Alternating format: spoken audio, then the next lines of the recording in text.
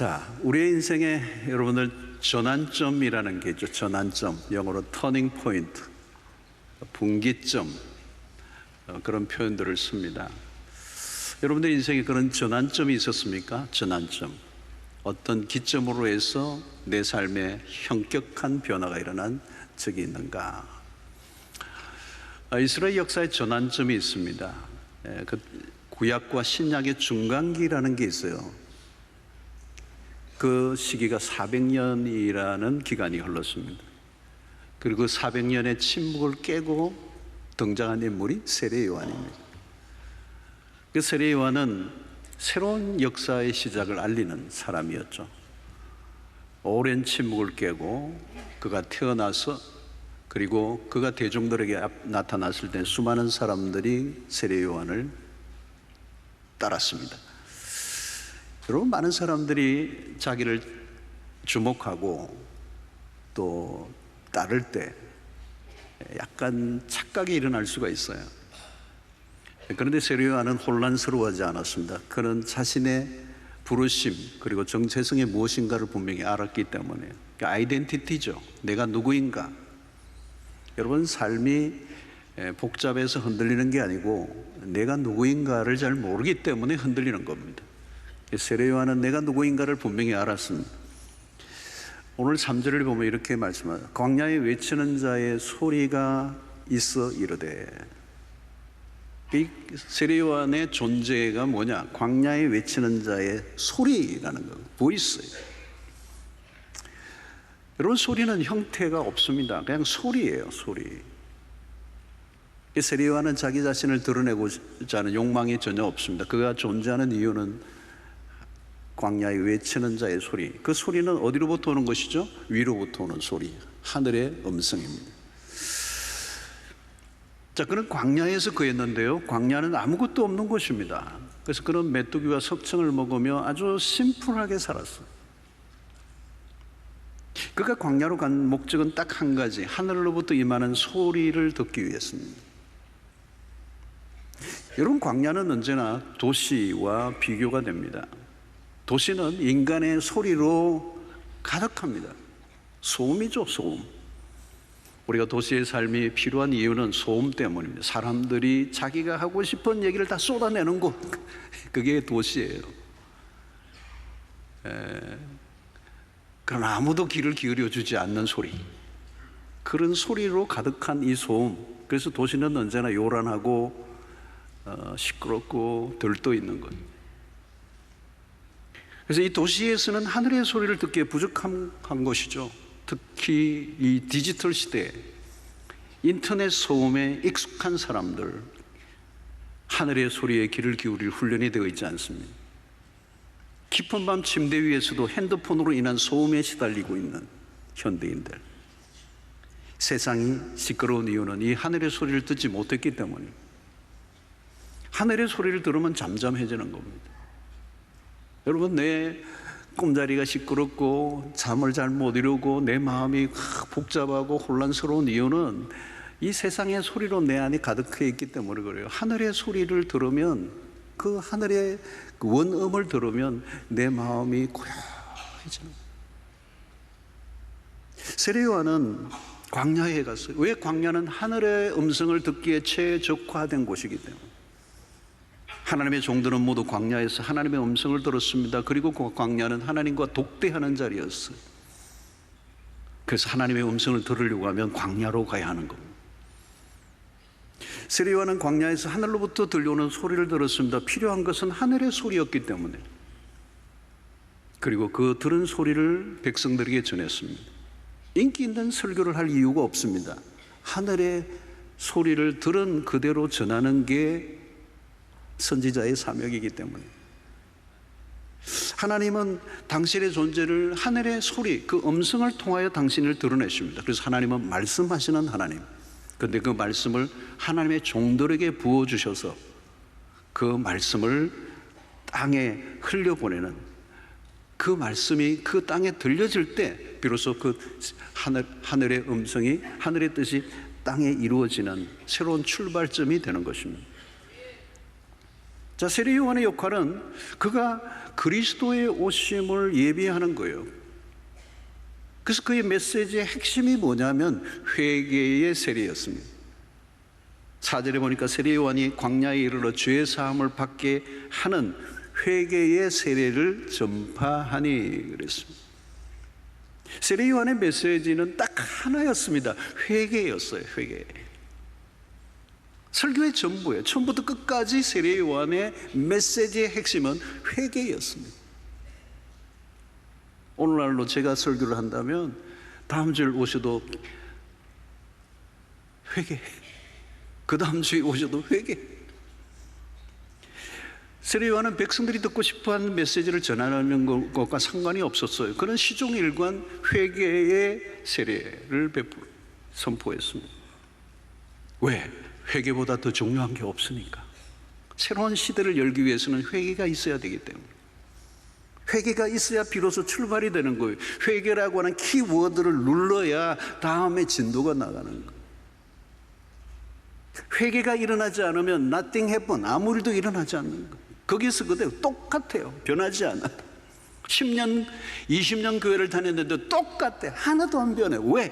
회개가 없었으니까. 회개를 해야 뉴턴이 되는 거예요. 새로운 시작이 되는 거예요. 전환점이 일어나는 거예요. 터닝 포인트가 되는 거예요. 회개보다 더 중요한 게 없다 이런 거죠. 교회를 얼마나 다녔느냐가 중요하지 않고, 성경을 얼마나 읽었느냐가 중요하지 않고, 내가 얼마나 선한 일을 했느냐가 중요하지 않고, 나에게 참된 회개가 있었는 거예요. 그 회개가 없으면 새로운 시작은 불가능해요. 전환점은 없는 거예요. 자, 그러면 회개란 무엇일까요? 우리가 잘 알고 있습니다. 회개는 방향을 바꾸는 것입니다. 디렉션, 방향을 바꾸는 거예요. 방향이 중요해요. 어느 방향을 바라보고 있느냐는 거예요. 이전과 같은 방향으로 가면 안 된다는 거예요. 그래서 돌이키라는 거예요. 돌이키는 것이 회개예요. 지금까지 잘못 왔다는 것을 인정하고 돌아서라. 가던 방향으로 가면 안 된다. 돌이키라.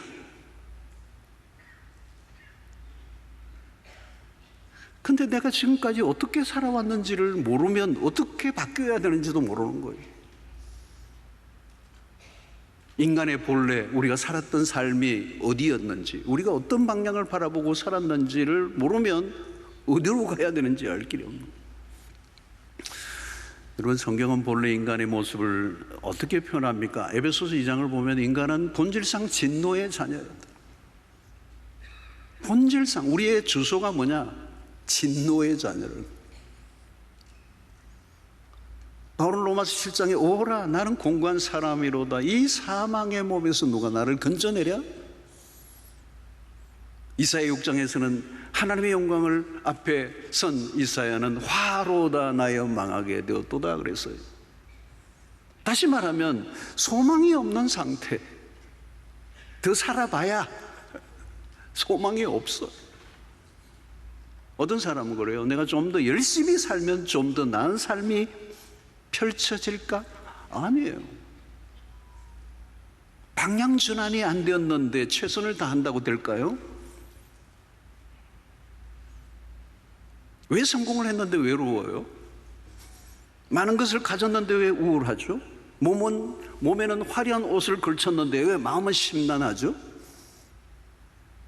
좋은 침대에 누웠는데 잠이 안 와요. 자신이 하고 있는 최고의 성과를 얻었는데도 불안해. 뭔가 잘못되어 있는 거죠. 생존의 치열한 싸움은 끝도 시작도 끝도 없는 거예요. 방향 없는 열심이고 목적이 분명하지 않는 최선. 여러분, 회개는 느낌이 아닙니다. 울고 나니 좀 기분이 나아진 정도를 말하는 게 아닙니다. 회개는 돌아서는 것, 마음과 생각을 바꾸고 구체적인 행동이 달라져야 하는 것. 붙잡고 있던 것, 바라보고 있던 것, 집착하던 것들로부터 돌아서라는 겁니다. 그런 의미에서 회개란 우리의 익숙한 삶의 방식을 바꾸어 놓는 것입니다. 지금까지 살아왔던 삶의 익숙함에서 벗어나는 것. 그 익숙함이란 뭘까요? 죄의 습관입니다. 죄의 습관이 무서워요. 여러분, 죄의 어떤 죄의 행동보다, 그 자체보다 더 무서운 것은 죄의 뿌리가 문제예요. 죄의 나무예요. 그냥 열리는 게 죄. 죄에서 벗어나려고 해도 벗어날 수가 없어. 왜? 해결했다고 했는데 다시 이전으로 돌아가는 것이 일반적인 모습이에요. 왜? 죄의 습관 때문에. 이 뿌리 깊은 오래 묵은 습관. 회개는 그 이전의 상태에서 벗어나는 것. 더 이상 죄를 안 짓는 정도가 아니라 죄가 싫어져야 되고, 진짜 회개한 사람들에게 일어나는 정상은 죄에 대해서 몸서리를 치는 것. 여러분, 토해낸 걸 누가 다시 들여다보고 그것을 먹는 사람이 있겠습니까? 누가 다시 그것을 먹으려고 하겠습니까? 죄를 지으면 마음이 몹시 불편해져야 정상이에요. 회개를 해도 또 죄를 지울 수 있습니다. 그러나 그때는 깊은 탄식이 오는 겁니다. 진짜 해결을 한 사람은 그 죄의 횟수가 현저히 줄어들게 돼 있어요.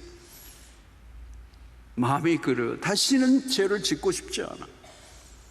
여러분, 거짓 회개의 특징은 삶의 변화가 없습니다. 참된 회개를 하면 삶의 변화가 일어납니다. 대표적인 사람이 삭개오라는 사람입니다. 예수를 만난 이후에 그는 완전히 돌아섰습니다.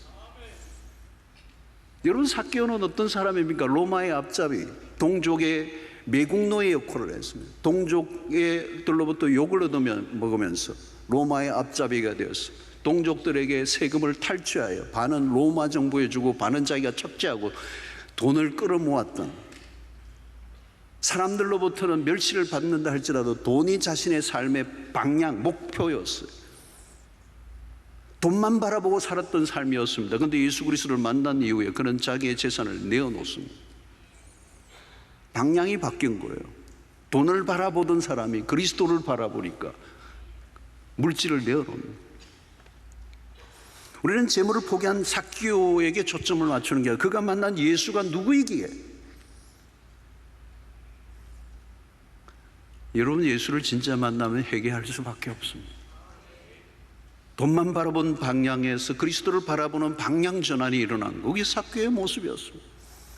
그러면 왜 세례 요한은 회개의 세례를 외치는가? 회개는 그리스도를 맞이할 준비의 필수적인 것이기 때문에 그래요. 여러분, 그리스도를 만나는 것보다 우리의 인생에 큰 사건은 없습니다.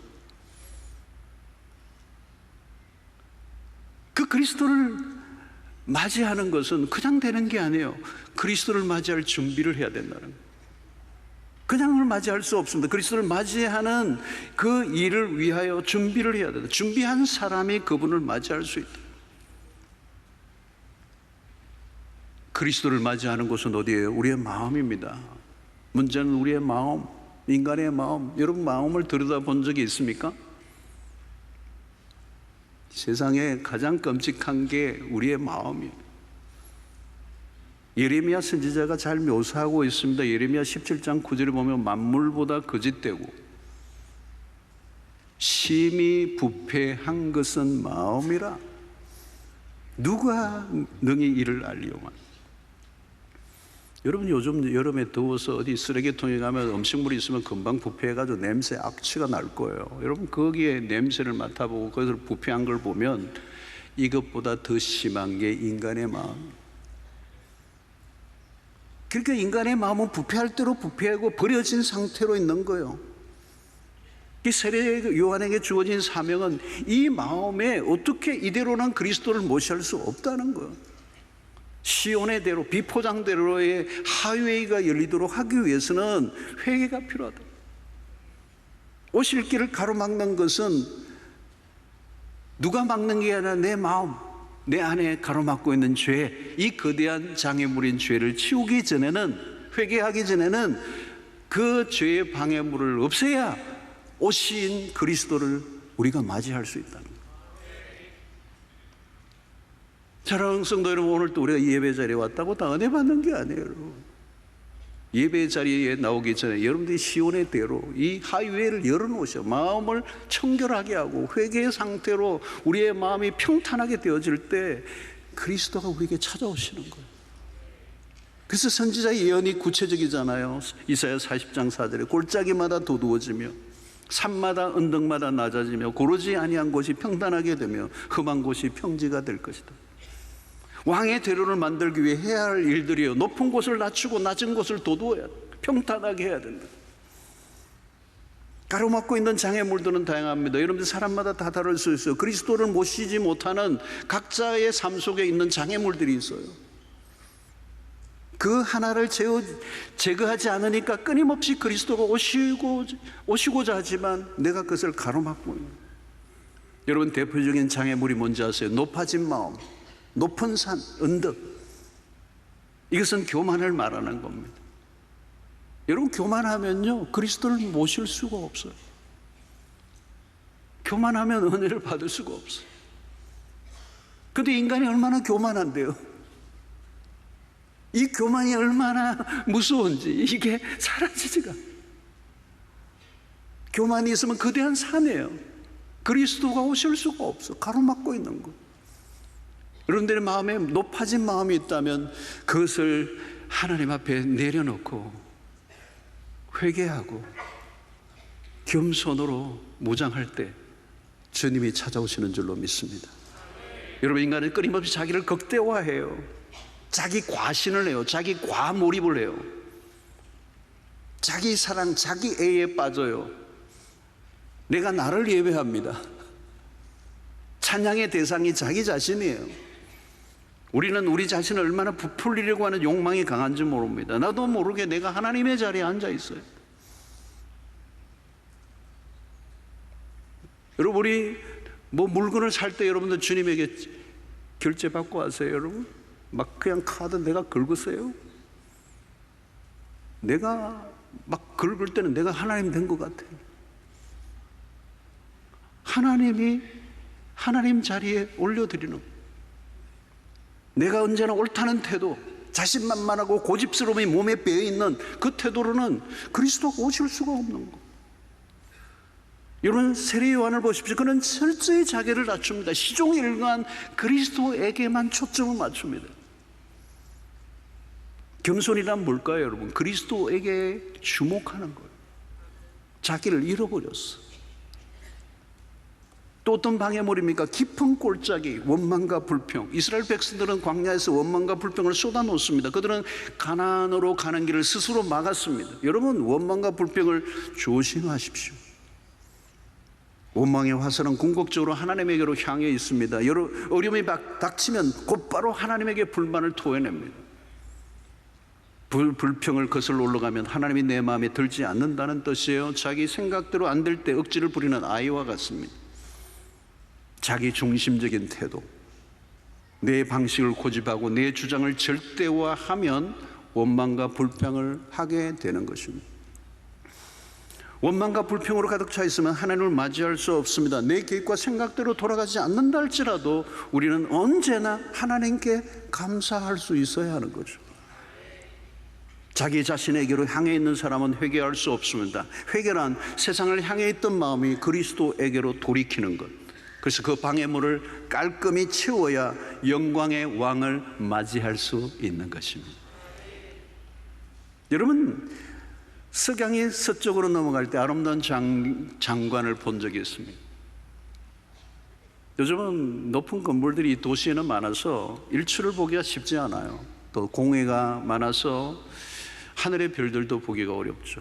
높은 빌딩들, 미세먼지들, 그리고 분주한 일상들, 또 탐욕에 쩔여서 피곤한 일상을 살아가는 사람들은 아름다운 순간이 눈앞에 펼쳐져 있어도 보지 못합니다. 보아야 할 것을 보지 못하는 게 불행이에요. 여러분, 아름다운 광경을 목격할 때 우리에게 감탄사가 나옵니다. 감탄이 터지죠. 세상에 아름다운 장관들이 많죠. 자연을 볼 때. 그런데 해마다 부산에서 광안대교에서 불꽃 축제를 하는 때마다 안타까워요. 뭘 저렇게 돈을 쓰나? 불 다 끄고 돈 한 푼도 안 들이고 불 다 끄고 하늘의 별들을 보면 훨씬 더 멋있을 텐데.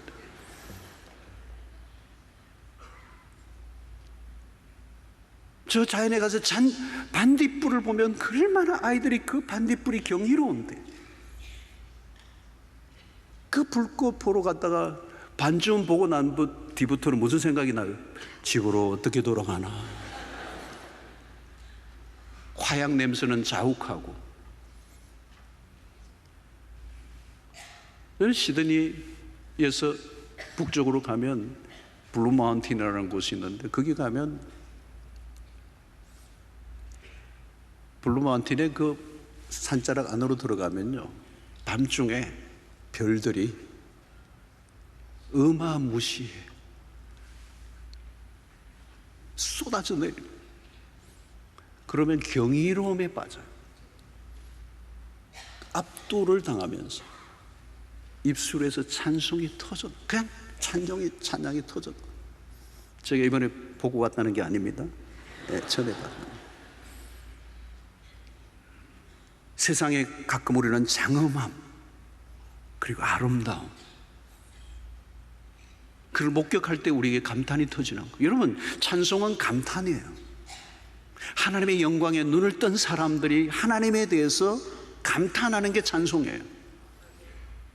그러니까 정말 찬송을 할 수 있는 사람이라면 신앙의 극치에 도달한 거예요. 그냥 노래가 아니에요. 그분의 영광에 압도를 당하는 거. 여러분, 하나님의 영광은 이 세상의 모든 아름다움과 장엄함을 다 모아놓아도 하나님의 영광에 비할 수가 없어요. 이사야 40장 5절에 여호와의 영광이 나타나고, 그대한 말씀이에요. 모든 육체가 그것을 함께 보리라. 이 말씀이 700여 년이 지나서 세례 요한이 그걸 보아요. 하나님의 아들의 영광이에요. 그래서 요한이 이렇게 표현합니다. 1장 14절에 말씀이 육신이 되어 우리 가운데 거하시며 우리가 그의 영광을 보니 아버지의 독생자의 영광이요 은혜와 진리가 충만하더라. 그래서 우리가 그의 영광을 보니, 이 영광이라는 단어는 이해하기 어려운 단어예요. 우리가 영광이라는 단어를 많이 쓰는데 이 단어는 어려운 단어예요. 카보드라는 이 어근은 무겁다, 중요하다, 비중 있게 만들다라는 뜻이 들어있습니다. 시골의 아이에게 미국 뉴욕의 도시를 설명하기는 어려운 거거든요. 하나님의 영광을 설명하기는 어려운 다차원의 영역입니다. 아무나 볼 수 없는 영역. 돈이 전부라고 믿고 살았던 사람에게 당신에게 가장 비중 있는 게 뭐냐고 물으면 당연히 돈이라고 말하겠죠. 물론 돈으로 누릴 수 있는 영광이 있긴 합니다. 그러나 세상의 영광은 들의 꽃과 같다. 이사야 40장 6절로 8절에 말하는 자의 소리가 이르되 외치라. 대답하되 내가 무엇이라 외치리까니 이르되 모든 육체는 풀이요 그의 모든 아름다움은 들의 꽃과 같으니 푸른 마르고 꽃이 시듬은 여호와의 기운이 그 위에 불미라. 이 백성은 실로 풀이로다. 푸른 마르고 꽃은 시드나 우리 하나님의 말씀은 영원히 서리라 하라. 여러분, 인생은 잠시 피었다가 시들어버리는 풀과 같습니다. 찬란하다는 단어를 우리가 쓸 수 없어요. 간혹 착시를 일으켜 찬란하게 보일 수 있습니다. 그러나 세상에 찬란한 건 없어요. 찬란한 대신 세상에서 나타나는 건 요란함, 현란함, 호화로움은 있습니다. 그러나 그 순간은 한순간 사라져버리는, 반짝하다가 끝나버리는 거예요. 뜨거운 열풍이 불면 한나절에도 꽃의 영광은 훅 하고 사라집니다. 하나님을 만나는 것보다 더 장엄한 것이 있을까요? 그리스도가 우리에게 찾아오실 때 이전에 보지 못한 영광에 사로잡히게 됩니다. 그 영광을 보고 나면 다른 것들은 다 초라해져 버려요. 그 하나님의 영광이 스쳐 지나가면 해도 다른 것은 빛을 잃어버리고 마는 것입니다. 그리스도의 영광에 눈뜨는 일이라면 세상에 어떤 대가를 치르더라도 아깝지 않습니다. 중요한 것은 우리의 시야를 가리는 장애물들입니다. 그때 하나님의 이 장애물을 거두어내면 하나님의 은혜의 빛이 찬란하게 우리에게 다가오게 되는 것입니다. 하나님의 말씀을 들을 때 은혜의 빗줄기가 임합니다. 예배의 자리에 앉아있는 것보다 더 행복한 순간은 없습니다. 예배의 핵심은 그 영광을 바라보는 시간, 그 영광에 압도를 당하는 시간. 예배는 하늘의 영광을 바라봄으로 영혼의 축제가 벌어지는 시간. 그동안 우리는 그것을 모르고 살았습니다. 눈에 열려 새로운 세계를 보니까 그때 비로소 찬양이 터지게 되는 거예요. 여러분, 찬양한다는 건 놀라운 것입니다. 하나님의 은혜가 아무런 제한을 받지 않고 내 안으로 흘러 들어오면 그런 경험을 할 수가 있습니다. 때로는 우리의 영혼의 상태가 얼마나 중요한, 영혼의 상태에 따라 우리의 영혼의 길이 열리면 하나님의 말씀이 물밀듯 밀려오고 생수와 같이 밀려올 때 내 영혼의 모든 찌꺼기가 사라지고 어둠이 물러가고 우울함이 떠나가는 역사가 있게 되는 것입니다. 세례 요한의 메시지에 우리는 길을 교류합니다. 마음을 평탄하게 하라. 마음의 대로가 열려야 한다. 대로가 열리면 그 순간부터 하나님의 말씀의 은혜가 폭포수처럼 밀려오고 사막과 같은 우리의 마음에 생수의 강이 넘치게 되는 것입니다. 말씀의 영광을 경험합니다. 내가 저항할 수 없는 상태가 되는 거죠. 사랑하는 성도 여러분, 오늘 또 하나님은 우리에게 가까이 다가오시기 원하십니다. 문제는 우리의 편에서 준비가 안 되어 있는 거죠. 도로가 꽉 막혀 있으면 아무리 멋진 차라도 지나갈 수가 없는 거예요. 예수님이 오셨을 때 그때 유대 백성들의 마음은 황폐할 대로 황폐해져 있어요. 400년 동안 그 백성들의 마음이 이미 다 막혀 있어요. 왕의 대로가 열려져야 한다는 거예요. 사랑하는 성도 여러분, 언제 새로운 역사가 시작됩니까? 그리스도가 오시면 그때 비로소 시작이 됩니다. 그리스도가 오시지 않으면 인간이 아무리 애를 써도 의미가 없습니다. 그리스도가 오셔야 한다. 온갖 것을 다 바꾸어도 그리스도가 오시지 않으면 변한 게 없습니다. 그리스도를 모시면 모든 게 변합니다. 존재가 변합니다. 오늘날 얼마나 많은 사람들이 힘들어합니까? 여러분, 상처 입은 영혼들, 병들어 있는 영혼들, 지쳐 살아가는 사람들이 얼마나 많습니다. 세상에 여러분, 이전에 비해서 우리가 얼마나 풍요로운 세상을 살고 있습니까? 모든 게 차고 넘칩니다. 여러분, GDP가 일본을 넘어섰다는 게 상상이 되십니까? 우리나라가 부족함이 없어 보여요. 근데 여러분, 우리나라에 더 많은 돈이 필요할 거예요. 그게 아니라는 걸 우리는 지금 경험하고 있습니다. 사람들은 위로받고 싶어 합니다. 사랑을 갈망하고 있습니다. 그러나 여러분, 우리에게 진정으로 위로해 줄 사람이 있어요. 진정으로 우리에게 사랑을 채울 수 있는 것들이 있을까요? 절대 필요는 오직 예수 그리스도. 그분만이 우리의 진정한 위로가 되시고 그분만이 우리의 사랑의 결핍을 채울 수 있는 분이시고, 그리스도가 오셔야 우리의 모든 결핍은 사라지고 진정한 만족이 찾아오는 것입니다. 그래서 고린도후서 5장 7절에 그런즉 누구든지 그리스도 안에 있으면 새로운 피조물이라. 이전 것은 지나갔으니 보라 새 것이 되었도다. 그리스도가 찾아오셔야 새로워지는 것입니다. 새로운 삶의 시작이 되려면 이전 것을 버려라. 새 집으로 이사를 할 때 이전에 쓰던 물건들을 다 버려버리잖아요. 왜? 새 집에 어울리지 않으니까. 세례 요한에게 주어진 역할이 바로 그런 것입니다. 그리스도를 맞이하려면 버릴 것을 버려라. 이전의 삶의 방식을 버려라. 가치관을 버려라. 생각의 틀을 버려라. 기존의 유대 종교로는 더 이상 백성들을 만족시킬 수 없었다는 것을 세례 요한을 통하여 가르쳐 주는 것입니다. 유대 종교는 이미 낡을 대로 낡아 있었고 그 종교에 찌들려 있던 종교 지도자는 물론이고 그 지도자 아래 물들어 있던 백성들도 결단이 필요한 것이죠. 그들은 하나님이 계시지 않는 성전에서 공허한 예배를 반복했어요. 형식에 젖은 무료한 종교 생활은 따분하고 지루해질 대로 지루해져 있었던 거예요. 예수님 당시 유대 종교는 폐기 처분해야 될 대상이었습니다. 그들은 스스로의 종교적 열심에 자화자찬을 하고 있었어요. 이전의 종교 체제와 습관으로는 예수님과 함께 할 수 없었어요. 그래서 세례 요한을 통하여 새로운 길을 소개하고 있는 것입니다. 그 새로운 길을 만드는 것이 회개하라. 하나님의 나라가 가까워 왔나니라. 간단한 메시지예요. 하나님의 나라는 바로 눈앞에 있다. 이제 회개하고 그 하나님의 나라를 맞아들이라. 이 세례 요한은 대전환을 예고하며 새로운 왕의 통치를 받을 준비를 하라고 외치고 있는 것입니다. 사랑하는 성도 여러분, 그리스도가 오시기 전에는 우리가 그리스도가 얼마나 필요한 분인지를 몰랐어요. 어려운 선교지에 가보면 낙후된 곳에서 사람들이 불편하게 살아가는 사람들을 많이 보게 됩니다. 저는 오지 중에 오지였던 이 케냐의 트루카나라고 하는 굉장히 깊숙한 오지 부족 마을을 가본 적이 있는데 아이들이 다 옷을 다 벗고 옷이 없고 신발도 없고 글도 모르고 하늘 아래 이런 문명 사회가 되어 있는 이 하늘 아래 이렇게 살아가는 분이 사람들이 있다는 게 너무너무 충격을 받았어요. 우리가 축구공을 하나 사줘서 던져주는데 막 축구를 아이들이 뭐 그 축구공을 처음 본 거예요. 그냥 막 정신없이 뛰어다니는데 추장이 그냥 아이들 못하게 다 그냥 왜 먹지도 못한 애들 저리 뛰면 금방 죽는 거예요.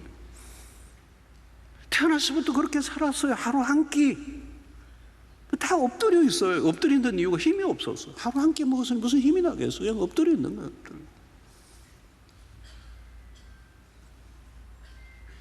문명 국가에 살아가던 우리가 그런 곳에 가면 너무 불편하죠. 이미 편리함과 풍족함을 경험했기 때문에. 여러분, 그리스도를 만난 순간 우리의 이전의 상태가 비로소 보여요. 이전에는 모르고 그냥 살았습니다. 그렇게 사는 게 전부인 줄 알았어요.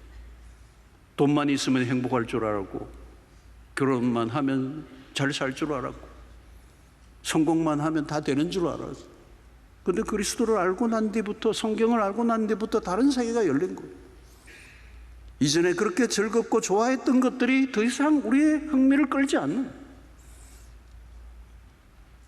이전에는 그렇게 부러워했어요. 그런데 지금 부러워하는 게 아니고 그렇게 살아가는 사람들의 삶이 그렇게 불쌍하게 보여집니다. 그리스도 없이 사는 삶이 얼마나 피폐하고 허무한 삶인가.